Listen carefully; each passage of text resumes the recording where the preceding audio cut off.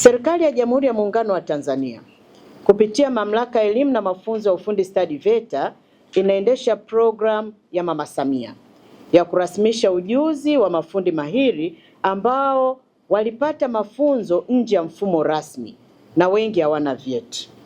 Lengo kuu ni kutambua ujuzi mlionao na kuwapatia vyeti vitakavyowasaidia kutambulika. Programu hii inaendeshwa VETA Kanda ya Kaskazini katika mikoa yetu yote mitatu: mkoa wa Arusha, mkoa wa Kilimanjaro na mkoa wa Tanga, na katika halmashauri zote. Nichukue nafasi hii kuwakaribisha sana mafundi wa mkoa wa Kilimanjaro katika chuo chetu cha VETA Moshi kwa ajili ya kufanyiwa tathmini na kutambua ujuzi mliokuwepo nao. Karibuni sana. Programu hii imeanzishwa kwa lengo maalum. Mojawapo, kama nilivyosema awali, ni kurasimisha ujuzi mliokuwa nao, mlioupata katika njia mbalimbali. Sote tunafahamu kuna mafundi wengi na mafundi mahiri waliojifunza sehemu mbalimbali nje ya mfumo rasmi, lakini mnafanya kazi kubwa ya kujenga uchumi wa nchi yetu. Lakini pia ni kazi inawapatia ajira, ni kazi inawapatia kipato ambacho kinasaidia jamii yetu. Kwa hiyo kwa kurasmishwa itawasaidia nyie kuweza kutambulika na kuweza kuboresha utendaji wenu wa kazi, lakini kuweza kufungua fursa zaidi. Lakini programu hii pia inawasaidia nyie kuunda njia ya kutathmini na kukubalika katika soko. Lakini vile vile mtapata nafasi ya kujifunza, kwa sababu tutakapokuwa tunawafanyia tathmini, mapungufu yoyote tutakayowakuta tutawapa mafunzo rasmi. Hivi mtaweza kujiimarisha katika ujuzi mliokuwa nao, lakini kupata nyongeza ya mafunzo ambayo mlikuwa hamjapata nafasi ya kuipata.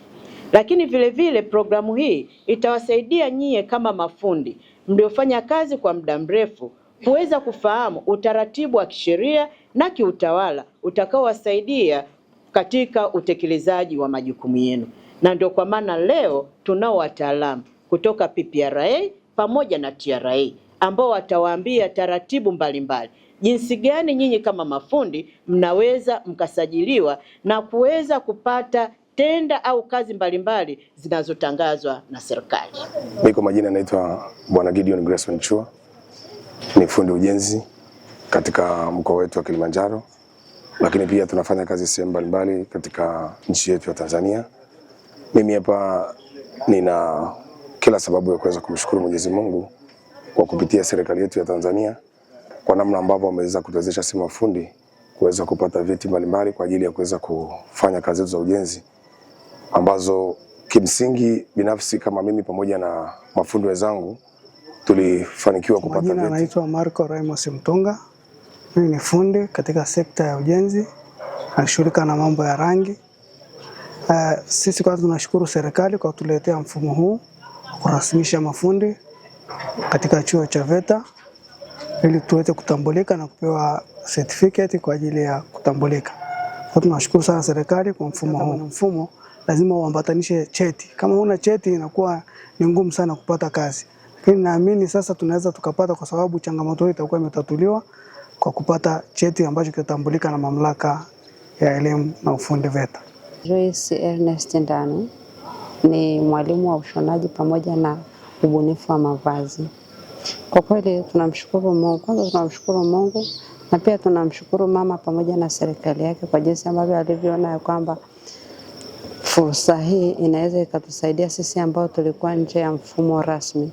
Kwa kweli tumefurahi sana tulipopata taarifa hii na tukaipokea kwa mikono miwili, kwa sababu kuna wakati mwingine tulikuwa tunatamani tuipate lakini haikuwepo.